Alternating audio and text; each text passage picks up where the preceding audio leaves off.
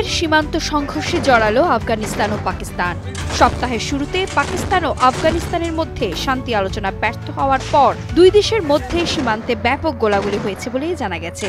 শুক্রবার গভীর রাতে দুই দেশের বাহিনীর মধ্যে ব্যাপক গোলাগুলি হয়েছে বলে জানিয়েছেন কর্মকর্তারা। তবে সংঘর্ষে তাৎক্ষণিকভাবে কোনো হতাহতের খবর পাওয়া যায়নি বলে জানিয়েছে রয়টার্স।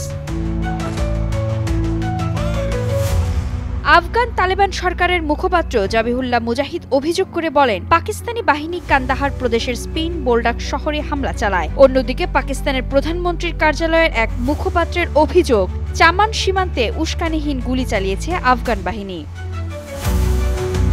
পাক প্রধানমন্ত্রীর মুখপাত্র মোশাররফ জাইদি এক বিবৃতিতে বলেন, পাকিস্তান সম্পূর্ণ সতর্ক রয়েছে এবং দেশের সীমান্তের সার্বভৌমত্ব ও নাগরিকদের নিরাপত্তা নিশ্চিত করতে প্রতিশ্রুতিবদ্ধ।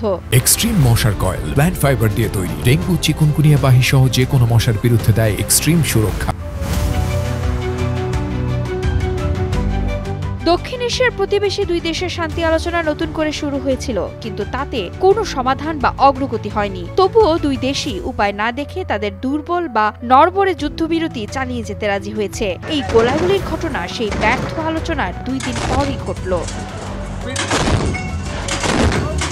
সীমান্তে এই সংঘর্ষ এমন সময়ে ঘটল যখন 2 দিন আগেই সৌদি আরবে অনুষ্ঠিত নতুন একটি শান্তি আলোচনা কোনো অগ্রগতি ছাড়াই শেষ হয়েছে। তবে দুই পক্ষই ভঙ্গুর যুদ্ধবিরতি কার্যকর রাখার প্রতিশ্রুতি দিয়েছে। অক্টোবরের প্রাণঘাতী সীমান্ত সংঘর্ষের পর উত্তেজনা কমাতেই এসব আলোচনা হয়।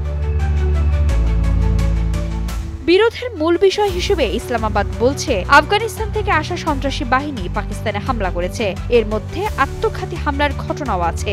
আফগানিস্তান এই অভিযোগ মানছে না এবং বলছে যে পাকিস্তানের নিরাপত্তার দায়িত্ব তাদের নয়। গত অক্টোবরে হওয়া সংঘর্ষে বহু মানুষ নিহত হয়। 2021 সালে তালেবান ক্ষমতায় ফেরার পর সীমান্তে এটিই ছিল সবচেয়ে ভয়াবহ সহিংসতার ঘটনা।